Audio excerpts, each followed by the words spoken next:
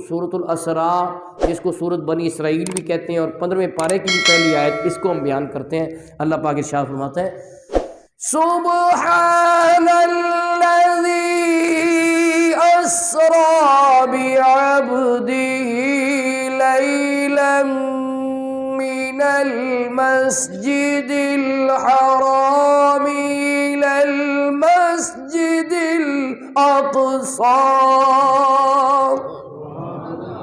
پاک ہے وہ ذات جس نے سیر کرائی اپنے بندہ خاص کو مسجد حرام سے مسجد اقصیٰ کی طرف۔ پاک ہے، اس کی پاک کہنے میں کیا حکمت ہے کہ پاک ہے، اللہ کی پاکی بیان کرنی چاہیے، تو اس پہ آپ کہیں سبحان اللہ۔ سبحان اللہ کا مطلب ہے اللہ پاک ہے، اللہ، یہی بات یہاں بیان ہو رہی ہے، سبحان الذی، پاک ہے وہ ذات۔ تو اللہ تو ہمیشہ سے ہی پاک ہے، ہمارے کہنے سے کوئی پاک ہوگا؟ ہم پھر کیوں کہتے ہیں اللہ پاک ہے؟ سبحان اللہ کیوں کہتے ہیں؟ وہ اس لیے کہتے ہیں کہ اللہ تو ہمیشہ سے ہی پاک ہے، لیکن اس کا ذکر کر کے ہم بھی پاک ہو جائیں، ہمارا دل پاک ہو جائے، ہماری نظر پاک ہو جائے، ہماری سوچ پاک ہو جائے، ہمارا رزق پاک ہو جائے، ہمارا دل پاک ہو جائے۔ ہاں، کیونکہ ہم نبی پاک کے امتی ہیں تو ہمیں پاک ہی ہونا چاہیے، ٹھیک ہے نا جی؟ کیونکہ پاکستان کا بھی رہنے والے ہوئے تو پھر پاک ہی ہونا چاہیے، لیکن اس طرف لوگ توجہ نہیں کرتے۔ اس طرف توجہ کرنی چاہیے کہ نبی پاک کی امتی کی نظر بھی پاک ہو، اس کا دل بھی پاک ہو، اس کی سوچ بھی پاک ہو، اس کا خیال بھی پاک ہو، اس کا رزق بھی پاک ہو، حلال اور طیب رزق ہو، ٹھیک ہے نا؟ کلوا من طیبات ما رزقناکم، ٹھیک ہے جی؟ تو میں یہ عرض کر رہا ہوں سبحان اللہ جی، اللہ پاک ہے، وہ ہر عجز سے پاک ہے، ہر کمزوری سے پاک ہے، ہر نقص سے پاک ہے، ہر عیب سے پاک ہے۔ اب یہ اس پہ میں نے زور کیوں دیا ہے کہ کچھ لوگ ایسے ہوئے کہتے جی ہم اللہ کی شان بیان کر رہے ہیں، اللہ تعالیٰ بڑی قدرت رکھتا ہے، وہ جھوٹ بھی بول سکتا ہے، وہ فلاں بھی کر سکتا ہے، وہ استغفر اللہ، وہ یہ کیا شان بیان کر رہے ہو؟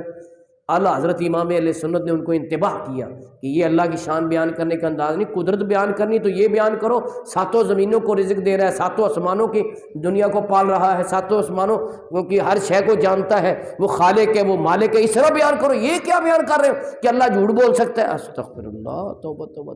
تو اعلیٰ حضرت امام اہل سنت نے کتاب لکھی سبحان الصبوح عن عیب کذب مقبوح، جو آج تک لاجواب ہے، کوئی جواب نہیں دے سکا، جس میں آپ نے ثابت کیا قرآن و حدیث سے کہ اس طرح سے نہیں کرنا چاہیے بیان کہ اللہ تعالیٰ جھوٹ بول سکتا ہے۔ اللہ ہر عیب سے پاک ہے، اللہ ہر عیب سے۔ اس طرح یہ تو میں نے ایک تاریخی جملہ آپ کے سامنے رکھ دیا نا، تاریخی بحث سے، کہ اس طرح بھی ایک بحث چلی تھی جس کا رد امام اہل سنت اعلیٰ حضرت نے کیا، لیکن کچھ لوگ نادانی میں ہی جو اللہ تعالیٰ کی طرف جو ہے غلط باتوں کی نسبت کر دیتے ہیں۔ مثلا ایک گیت مجھے کسی نے بتایا، میں نے تو نہیں سنا، کہتے ہیں کہ اے خدا ان حسینوں کی تو نے پتلی کمر کیوں بنائی، تیرے پاس مٹی کم تھی یا تو نے رشوت کھائی؟ استغفر اللہ، توبہ توبہ۔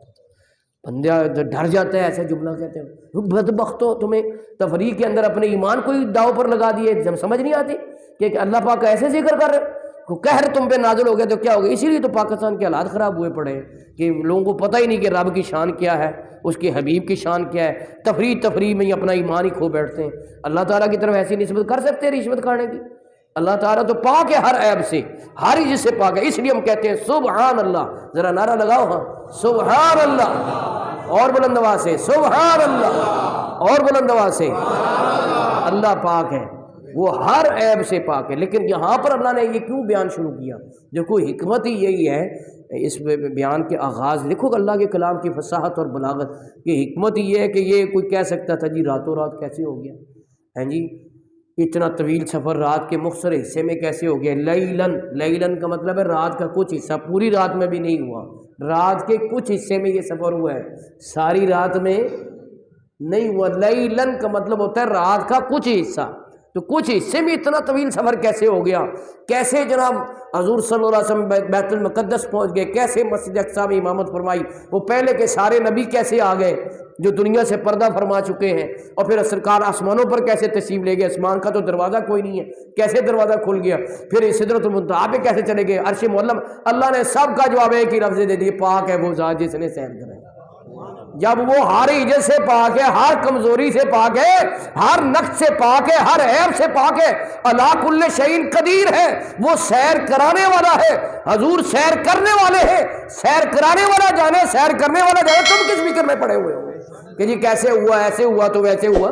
اس قسم کی بحثوں میں اگر مگر چونکہ چنانچہ کرنے کی ضرورت نہیں ہے، بلکہ حضور کی عظمت اور اللہ تعالیٰ کی قدرت کو دیکھو کہ سیر کرانے والا وہ، اس نے کہا پاک ہے وہ ذات جس نے سیر کرائی۔